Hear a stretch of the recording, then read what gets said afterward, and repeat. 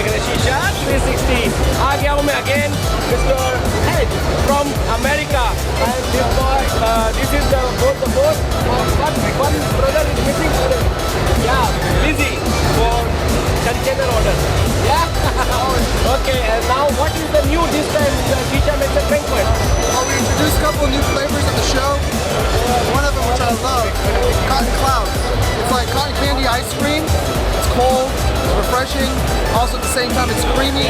Has a little notes of raspberry, which you see on here like a blue raspberry.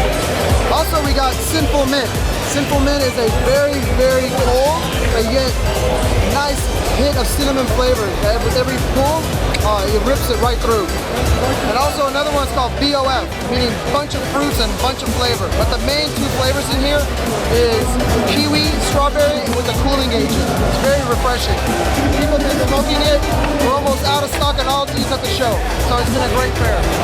You see, my friend, they make the three flavor new in the market. Is really last with the health.